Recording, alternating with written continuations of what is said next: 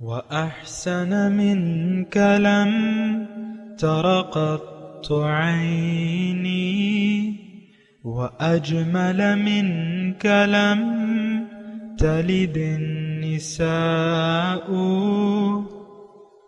خلقت مبرأ من كل عيب خلقت مبرأ من كل عيب كأنك قد خلقت كما تشاء.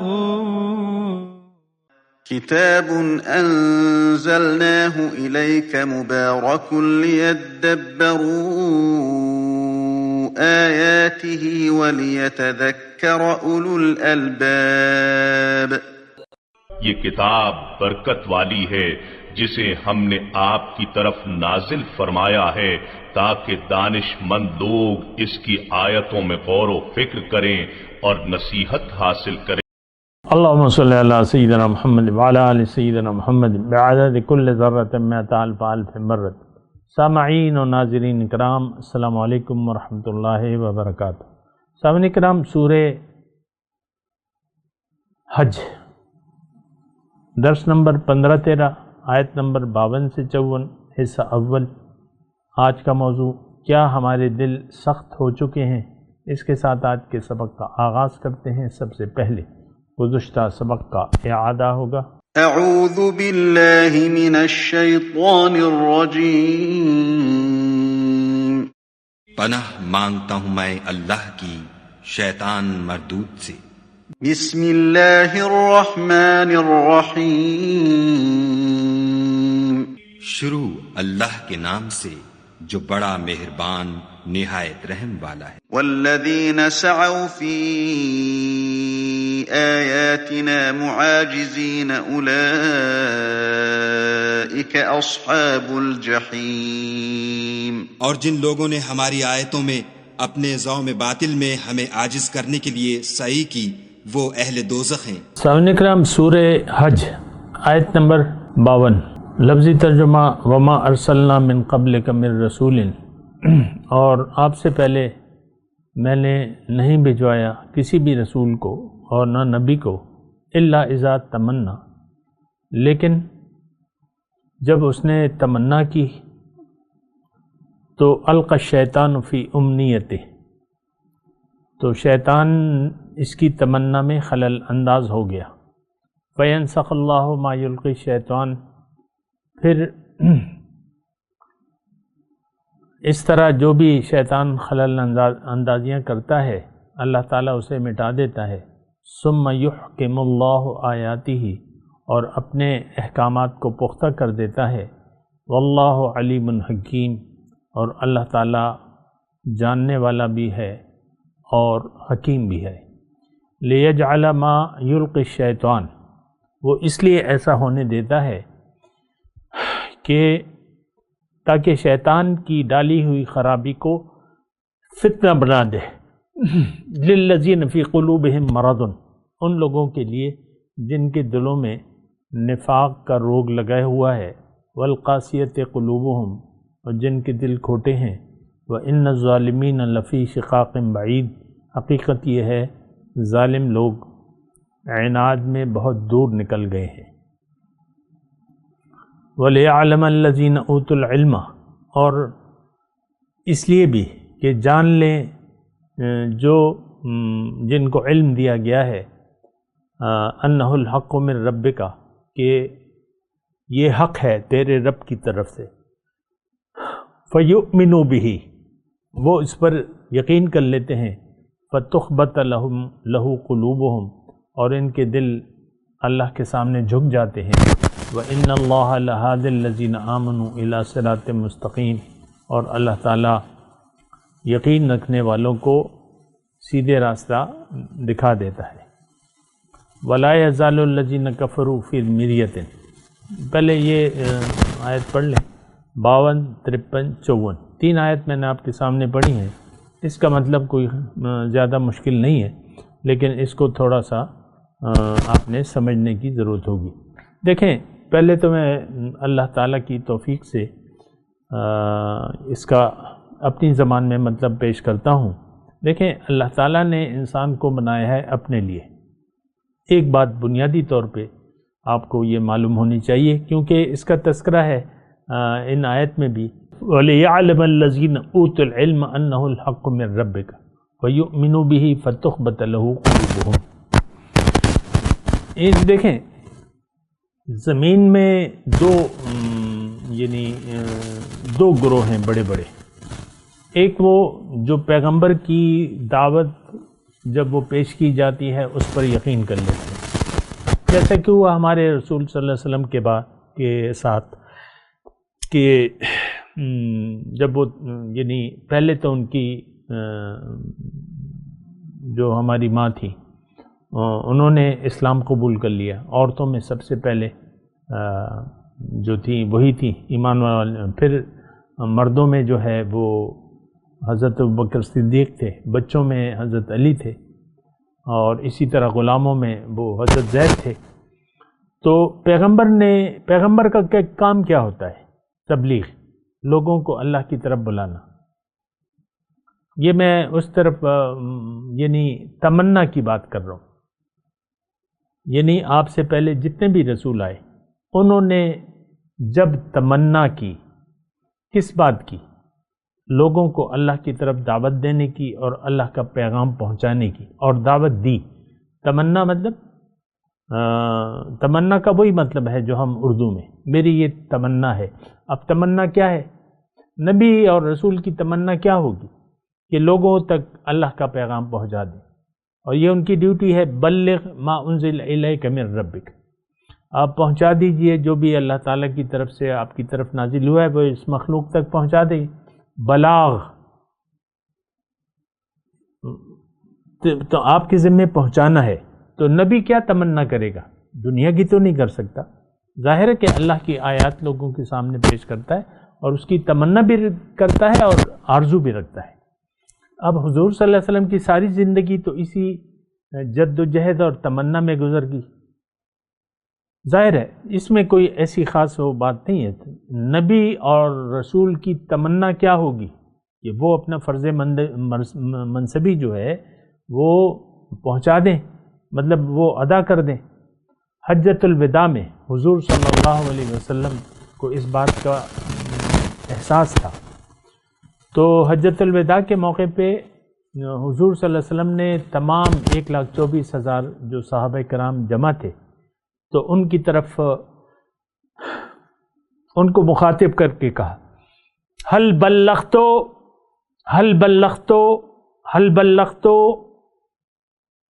اب یہ وہ تمنا اور پھر وہ کوشش، اور پھر یہ حجۃ الوداع جب حضور صلی اللہ علیہ وسلم کا آخری حج تھا، اس کے موقع پہ اللہ کے رسول نے پوچھا صحابہ سے، اے لوگو کیا اللہ کا پیغام میں نے تم تک پہنچا دیا ہے؟ 3 مرتبہ پوچھا۔ تو پھر لوگوں نے بیک زبان ہو کے کہا کہ ہاں، قد بلغت رسالتہ ونصحت الامۃ وادیت الامانۃ وکشفت الغمہ۔ اے اللہ کے رسول، ہاں آپ نے پہنچا دیا، اللہ کی طرف سے جو آپ کی ذمہ داری تھی ہم تک پہنچ گئی، آپ نے نصیحت کا حق ادا کر دیا، آپ نے غم کو دور کر دیا امت سے، اور آپ نے پورا حق ادا کر دیا سب لوگوں نے۔ یہ تمنا کی میں بات کر رہا ہوں، اس بات کو ذرا سمجھے۔ اب القی الشیطان فی امنیتہ، ان کی آرزو اور تمنا میں شیطان جو ہے وہ پھر رکاوٹ ڈالتا ہے، دخل اندازی کرتا ہے، خلل اندازی کرتا ہے۔ یہ دیکھیں، یلقی الشیطان یہ 2 مرتبہ آیا ہے، آیت نمبر 52 میں بھی ہے اور آیت نمبر 53 میں بھی ہے۔ فَيُنْسِخُ اللَّهُ مَا يُلْقِي الشَّيْطَانُ لِيَجْعَلَ مَا يُلْقِي الشَّيْطَانُ فِتْنَةً۔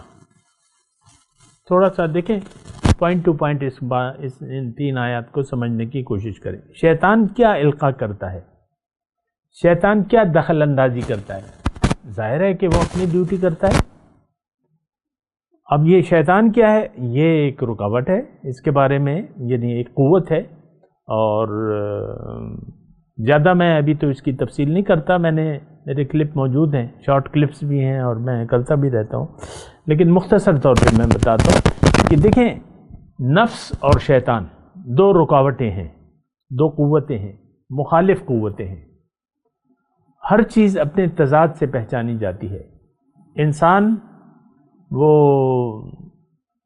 انسان جب دنیا میں ہوش سنبھالتا ہے، بالغ ہو جاتا ہے، تو اس کے سامنے ایک شیطان کا راستہ ہوتا ہے، ایک رحمان کا راستہ ہوتا ہے۔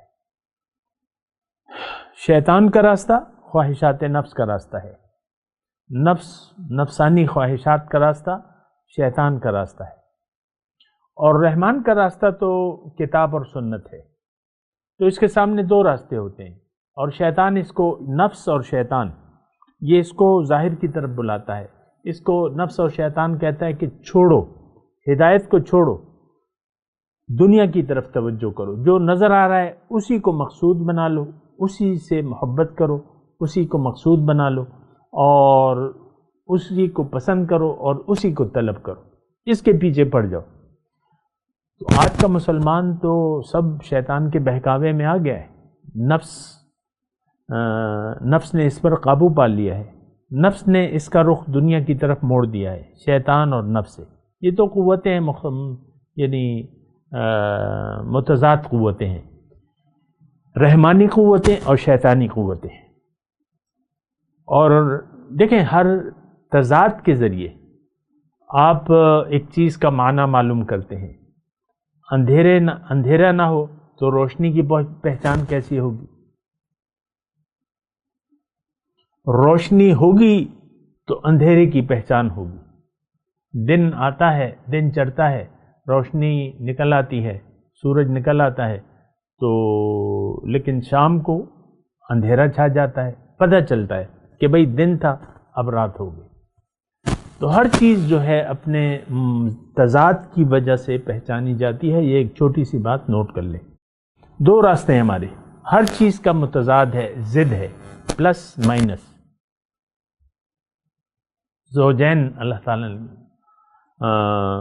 اور اللہ تعالیٰ نے کہا نا کہ ہر چیز میں نے جوڑے بنائے، اسی طرح ہدایت کا یعنی ضد جو ہے وہ گمراہی ہے، اور یہ گمراہی شیطان، یہاں دیکھیں شیطان کا لفظ استعمال ہوا ہے، لیکن آپ نے یہ معنی تھوڑا سا وسیع لینا ہے۔ ہر طاغوتی قوت شیطانی قوت ہے، ہر شیطانی قوت طاغوتی قوت ہے، یہ سب ایک دوسرے سے یعنی باہم ملے ہوئے ہیں، جڑے ہوئے ہیں۔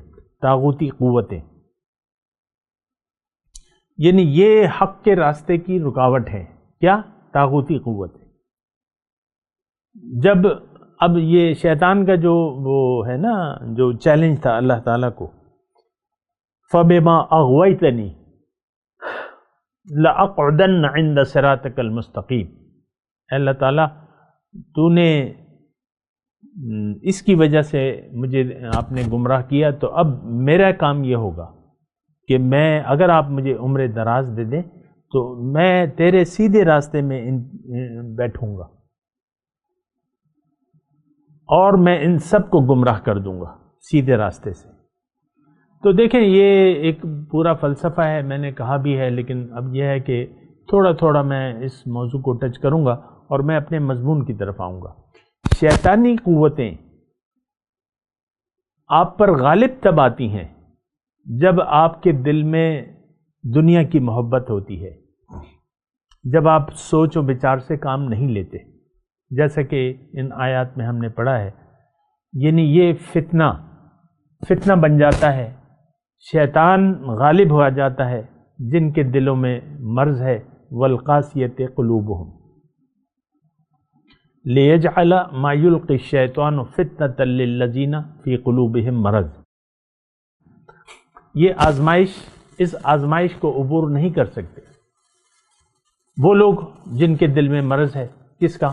دنیا کی محبت کا، والقاسی، اور جن کے دل سخت ہے اللہ کی یاد سے، تو وہ جو ہے ان پر شیطان اور نفس غالب آ جاتا ہے۔ اور یہ ظالم بن جاتے ہیں۔ وَإِنَّ الظَّالِمِينَ لَفِي شِقَاقٍ بَعِيدٍ۔ اور جو لوگ جن کے دل یعنی جو عقل سے کام لیتے ہیں، وَلِيَعْلَمَ الَّذِينَ أُوتُوا الْعِلْمَ أَنَّهُ الْحَقُّ مِنْ رَبِّهِمْ وَيُؤْمِنُوا بِهِ۔ پیغمبر کی بات کو جب اہل علم سنتے ہیں اور تو وہ جان لیتے ہیں کہ یہ تو سچی دعوت ہے، سچی آواز ہے، پیغمبر کی جو تمنا ہوتی ہے، اور جب وہ ایمان کے لیے پکارتا ہے تو یہ لوگ اہل علم، اہل عقل و دانش، اولی الالباب، قرآن کی نظر میں، قرآن کی روح سے نا، لآیات لأولی الالباب، تو یہ خاوندان عقل جو ہیں، جو عقل سے کام لیتے ہیں، جو اہل علم ہیں، جو جاہل نہیں ہیں اور جو معلومات حاصل کرنا چاہتے ہیں اہل علم لوگوں سے، جب وہ حق کی آواز سنتے ہیں تو یہ یقین کر لیتے ہیں کہ یہ حق ہے، انہ الحق من ربک، فتخبت لہ قلوبہم، تو ان کے دل جو ہے اس حق کے سامنے جھک جاتے ہیں۔ پیغمبر جب تمنا کرتا ہے اور دعوت پیش کرتا ہے اللہ تعالیٰ کی طرف، اہل علم اور اہل عقل، اولی الالباب، یہ لوگ جو ہیں یہ اس بات کو سچا سمجھ لیتے ہیں، کیونکہ یہ ان کے دل کی آواز ہوتی ہے۔ یہ ہٹ درم نہیں ہوتے، یہ خواہشات نفس کے پجاری نہیں ہوتے، ان کے دل میں نفاق، یعنی یہ نفاق والے لوگ نہیں ہوتے اور قاسیت قلوب نہیں ہوتے، تو یہ پیغمبر کی بات کو سچا سمجھ لیتے ہیں۔ جس طرح ابوبکر صدیق جب انہوں نے حضور کی بات سنی تو ایمان لے آئے فوراً۔ حضرت ختیجہ رضی اللہ تعالیٰ عنہ کو جب کہا حضور نے کہ بھئی اس طرح فرشتہ آیا تھا اور یہ وہ، تو وہ انہوں نے یقین کر لیا۔ حضرت علی چھوٹے تھے اس وقت، 8-10 سال عمر تھی ان کی، حضور نے ان کو کہا کہ بھئی اس طرح دعوت نبوت آئی ہے اور تم اپنے والد سے، ابو طالب سے مشورہ کر لو۔ تو تھوڑی دیر تو انہوں نے یعنی خاموش رہے، پھر کہا حضور یہ دعوت سچی ہے تو اس میں ابو سے کیا پوچھنا ہے، میں نے قبول کرتا ہوں اس کو، آپ کی میں مسلمان ہوتا ہوں، یہ دعوت سچی ہے۔ کیونکہ دیکھیں وہ ہوس دنیا کا شکار نہیں تھے، حضرت علی، حضرت عثمان، حضرت ختیجہ، تو جب حضرت زید، جب انہوں نے دعوت سنی لبیک کہہ دیا۔ یہ وَلِيَعْلَمَ الَّذِينَ أُوتُوا الْعِلْمَ أَنَّهُ الْحَقُّ مِنْ رَبِّكَ وَيُؤْمِنُوا بِهِ فَتُخْبَتَ لَهُ قُلُوبُهُمْ۔ دیکھیں دنیا کی لالچ جو ہے وہ انسان کا بیڑا غرق کر دیتی ہے، اور یہ ایک ایسی بات ہے کہ میں جتنا بھی اس کو پھیلاؤں تو یہ پھیلتی جائے گی، اور یہی ہماری آج جو ہے، دیکھیں میں اس موقع پہ تھوڑا سا رک کے آپ کو حضور صلی اللہ علیہ وسلم کی ایک حدیث سناؤں۔ حضور صلی اللہ علیہ وسلم نے پیشن گوئی کی کہ ایک وقت تم پر ایسا آئے گا کہ دنیا کی اقوام تمہیں کھانے کے لیے یعنی تم پر چڑھ دوڑیں گی، جس طرح کہ بھوکے ایک دسترخوان پر کچھ بھوکے لوگ ٹوٹ پڑتے ہیں اور پھر جب وہ سیر ہو جاتے ہیں اور ان کو دعوت دیتے ہیں کہ آؤ اب تم کھا لو۔ اسی طرح دنیا غیر اقوام جو ہیں تم پر حملے کریں گی اور تم پر غالب آتی رہیں گی اور تمہیں استعمال کرتی رہیں گی۔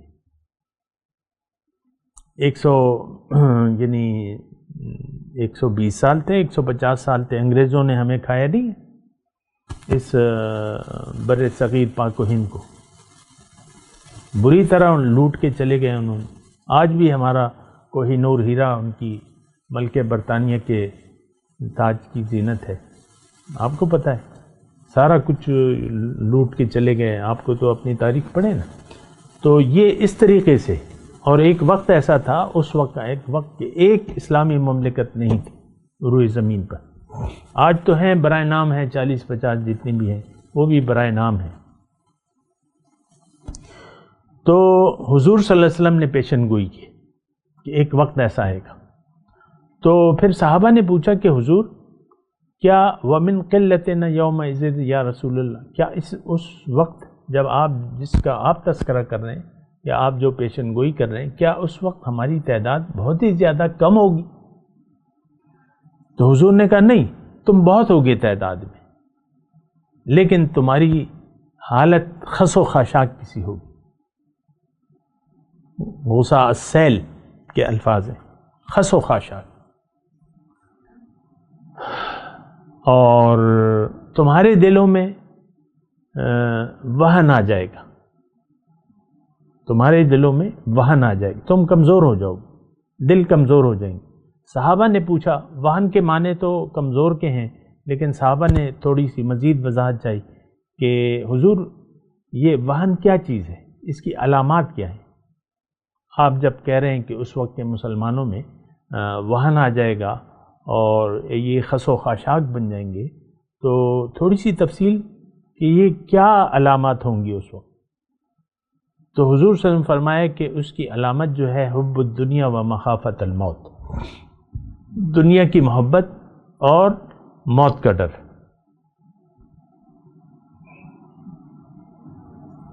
آج دیکھ لیں یہ دونوں کیفیات ہم میں موجود ہیں۔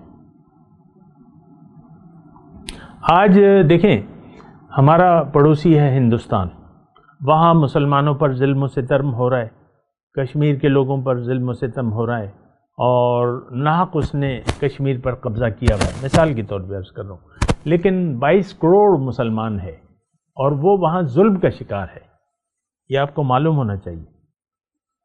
لیکن ہمیں تو موت کا ڈر ہے، ہم تو اس کو کوئی دھمکی نہیں دے سکتے، کوئی اپنے مسلمان بھائیوں کی مدد نہیں کر سکتے، وہاں مسلمان پٹ رہا ہے، ہندو توا جو ہے وہ غالب ہے ہندوستان میں۔ آپ دیکھ لیں، میں تو اس کی زیادہ تفصیل نہیں کرتا، یہ تو تاریخی بات ہے۔ تو لیکن ہمیں وہ تو اتنے ہیں اور ہم اتنے ہیں، تو موت کا خوف آ گیا آپ کو۔ آج دیکھ لیں، دیکھیں، چھوڑیں اس کو، آپ اپنے زندگی سے کتنا پیار کرتے ہیں، اپنے آپ کے پاس جو کچھ بھی ہے، اللہ، یہ جان و مال تو اللہ کی امانت ہے، لیکن آپ نے اس کو اپنا سمجھ لیا ہے، اور اس سے وَتُحِبُّونَ الْمَالَ حُبًّا جَمًّا، مال سے ٹوٹ کر محبت کرتے ہو تم۔ تو یہ دیکھیں، میں یہی آیات پڑھ رہا ہوں کہ شیطان جو ہے اس کا وار کارگر ہوتا ہے لِلَّذِينَ فِي قُلُوبِهِم مَرَضٌ وَالْقَاسِيَةِ قُلُوبُهُم۔ یہ دونوں صفات آج ہم پر، ہمارے دل سخت ہیں اور ہمارے دل میں دنیا کی محبت راسخ ہو گئی ہے۔ آپ دیکھ لیں، دیکھیں، یہ تو ایک ایک بچہ آپ کا گواہ ہے عملی طور پہ کہ بھئی آپ کی خود یہ خواہش ہے کہ یہ دنیا میں کا لیڈر بنے، دنیا میں کامیاب ہو، بہت پیسے کمائے۔ آپ اپنی دعاؤں کو دیکھ لیں جو آپ اولاد کو اپنی دیتے ہیں، بیٹی کو رخصت کرتے ہیں تو بیٹی تیرا اللہ تعالیٰ نصیب اچھا کرے اور تجھے وہاں میکے میں خوشیاں عطا فرمائے، خوش رہو، اور آپ یہی دعائیں دیتے ہیں۔ پھر بیٹے کو آپ دنیا کی اللہ تمہارے کا یہ تو میں آپ کو کبھی کبھی سناتا ہوں ایک واقعہ۔ تو ایک باپ جو ہے اپنے ہمارے رشتہ داروں میں، ایک باپ جو ہے بیٹے نے کچھ خدمت کی ہوگی، یہ وہ کرنی بھی چاہیے باپ کی، تو بس وہ پھر دعائیں دینے لگا، لمبی چوڑی دعائیں، ساری دعائیں دنیا کی باپ۔ اب تو ابا جی چلے گئے ان کے، بس بیٹا ہے، تو وہ لگا ہوا ہے دنیا میں، لگا ہوا ہے، پہلے کچھ نہیں تھا، اب کارخانہ ہے اس کا، جس چیز کا بھی ہے، زیادہ تو میں پوائنٹ آؤٹ نہیں کر سکتا، لیکن یہ ہے کہ ایسا ہے۔ آپ دیکھ لیں، چھوڑ دیں، ہم میرے رشتہ داروں کو چھوڑ دیں، آپ اپنے گھر کو دیکھیں، اپنے گھر کی خیر منائیں۔ ہم سب دنیا کے طلبگار ہیں۔ فَأَعْرِضْ عَمَّنْ تَوَلَّى عَنْ ذِكْرِنَا وَلَمْ يُرِدْ إِلَّا الْحَيَاةَ الدُّنْيَا۔ آپ اس شخص سے اپنا رخ انور پھیر لیجئے جو پھر گیا میری یاد سے، اب یہ نہیں چاہتا صرف دنیا ہی کی زندگی۔ ان کا مبلغ علم بس یہی ہے، ذالک مبلغہم من العلم۔ تو دیکھیں، یہ ایک نامناسب بات ہے کہ ہم دنیا کے پیچھے پڑے ہوئے ہیں، اور دنیا ہی کو ہم نے اپنا مدعا بنا لیا ہے، دنیا ہی کو ہم نے اپنا مدعا بنا لیا ہے، بات ختم ہو جاتی ہے۔ تو لِيَجْعَلَ مَا يُلْقِي الشَّيْطَانُ فِتْنَةً لِلَّذِينَ فِي قُلُوبِهِمْ مَرَضٌ وَالْقَاسِيَةِ قُلُوبُهُمْ۔ اچھا، اور بہرحال میں اب یہ دیکھیں، پیغمبر جب اپنی دعوت پیش کرتے ہیں تو وہ یقیناً انسان کے لیے تو آزمائش ہے۔ اب انسان میں پھر دو لوگ ہیں، ایک جو وہ ہیں جو اہل علم ہیں اور اہل عقل ہیں، جو عقل سے کام لیتے ہیں، بات کو سوچتے ہیں، پہلے اولی الالباب ہیں، خاوندان عقل۔ ان فی ذلک لذکر لمن کان لہ قلب او القى السمع وهو شہید۔ اللہ تعالیٰ نے قرآن میں فرمایا، یہ قرآن جو ہے جو پیغمبر کی طرف سے پیش کیا جا رہا ہے، اس میں نصیحت تو ہے، کس کے لیے؟ لمن کان لہ قلب، جس کا سوچنے کا ایک دل ہو، او القى السمع وهو شہید، اور دل کے کانوں سے سنے اور وہ گواہ ہو عملی طور پہ۔ تو دیکھیں، ہم تو یعنی میں تو آج کے مسلمان کی بات کر رہا ہوں، ہمارے دل تو سخت ہو چکے ہیں، پتھر دل آپ کہہ سکتے ہیں، پتھر دل۔ یہ تو میرا تھوڑا سا عرصہ ہے، 30-35 سال سے میں یعنی اللہ کی طرف دعوت دے رہا ہوں، لیکن دل پتھر ہے۔ وہ تو سننے کے لیے چلو سن بھی لیا کسی نے، لیکن قبول کرنے کے لیے تو کوئی تیار نہیں ہے۔ آج تک مطلب یہ ہے کہ میں کوئی جماعت نہیں پیدا کر سکا، اور ایک گروہ جو ہے، یعنی کوئی ایسا ایک جماعت نہیں بنی کہ جو لوگوں کو اللہ کی طرف بلائے، یعنی ایک اچھی تعداد میں۔ اور باقی تو لوگ ہیں، مطلب ایسی تو کوئی بات نہیں ہے، لیکن الا ماشاء اللہ کی بات الگ ہے۔ تو یہ دیکھیں، یہ صرف پیغمبر کی بات نہیں ہے، ایک بات تو یہ نوٹ کر لیں، ما ارسلنا من قبلک من رسول ولا نبی، اس میں ایک بات نوٹ کر لیں۔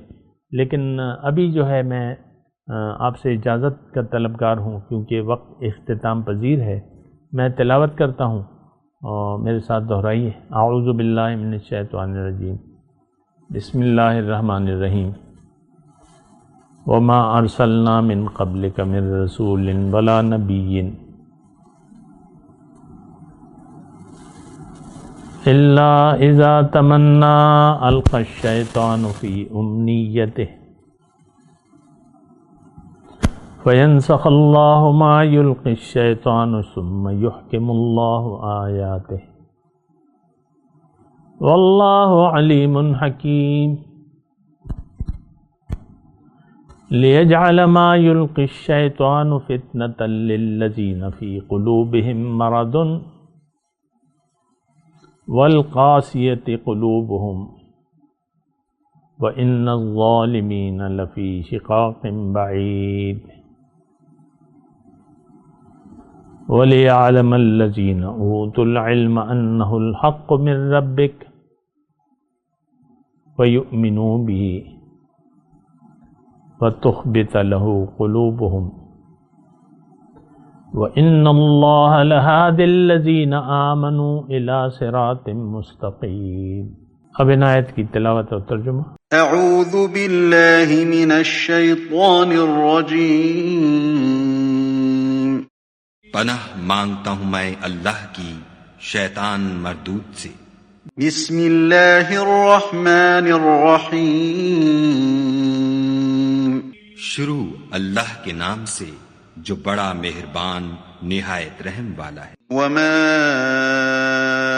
ارسلنا من قبلك من رسول ولا نبي الا اذا تمنى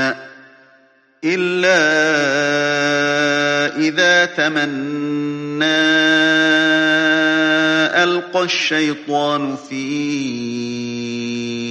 امنيته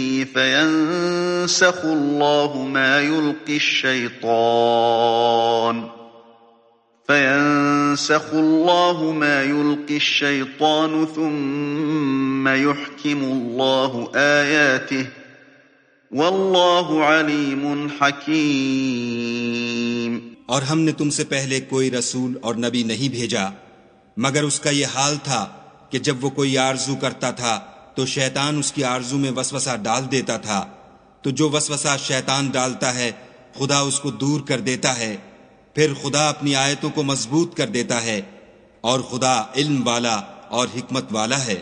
لِيَجْعَلَ مَا يُلْقِي الشَّيْطَانُ فِتْنَةً لِلَّذِينَ فِي قُلُوبِهِم مَّرَضٌ وَالْقَاسِيَةِ قُلُوبُهُمْ وَإِنَّ الظَّالِمِينَ لَفِي شِقَاقٍ بَعِيدٍ۔ غرض اس سے یہ ہے کہ جو وسوسہ شیطان ڈالتا ہے اس کو ان لوگوں کے لیے جن کے دلوں میں بیماری ہے اور جن کے دل سخت ہیں ذریعہ آزمائش ٹھہرائے، بے شک ظالم پرلے درجے کی مخالفت میں ہیں۔ وَلِيَعْلَمَ الَّذِينَ أُوتُوا الْعِلْمَ أَنَّهُ الْحَقُّ مِنْ رَبِّكَ فَيُؤْمِنُوا بِهِ فَتُخْبِتَ لَهُ قُلُوبُهُمْ وَإِنَّ اللَّهَ لَهَادِ الَّذِينَ آمَنُوا إِلَى صِرَاطٍ مُسْتَقِيمٍ۔ اور یہ بھی غرض ہے کہ جن لوگوں کو علم عطا ہوا ہے وہ جان لیں کہ وہ یعنی وہی تمہارے پروردگار کی طرف سے حق ہے، تو وہ اس پر ایمان لائیں اور ان کے دل خدا کے آگے عاجزی کریں، اور جو لوگ ایمان لائے ہیں خدا ان کو سیدھے رستے کی طرف ہدایت کرتا ہے۔ اس کے ساتھ ہی آج کے درس کا وقت اختتام کو پہنچا۔ اگلے درس میں انشاءاللہ ملاقات ہوگی۔ وآخر دعوانا ان الحمد للہ رب العالمین۔ مولاي صل وسلم دائما ابدا على حبيبك خير الخلق كلهم